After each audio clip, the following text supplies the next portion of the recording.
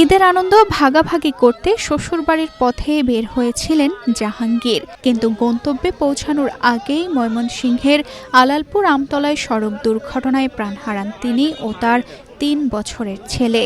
মুহূর্তেই উৎসবের আনন্দ বদলে যায় শোকের মাতমে। ৩০ মে শনিবার সকাল ৯:৩০টার দিকে এমন দুর্ঘটনা ঘটে।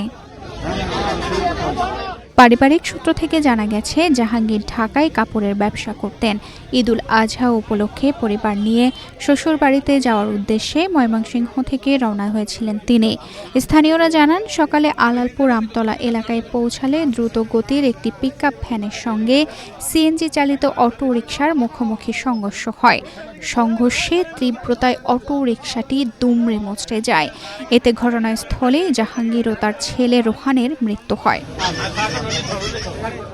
দুর্ঘটনার পর স্থানীয় লোকজন দ্রুত উদ্ধার কাজে এগিয়ে আসেন এবং পুলিশকে খবর দেয়। পরে পুলিশ ঘটনাস্থলে পৌঁছে নিহতদের মরদেহ উদ্ধার করে।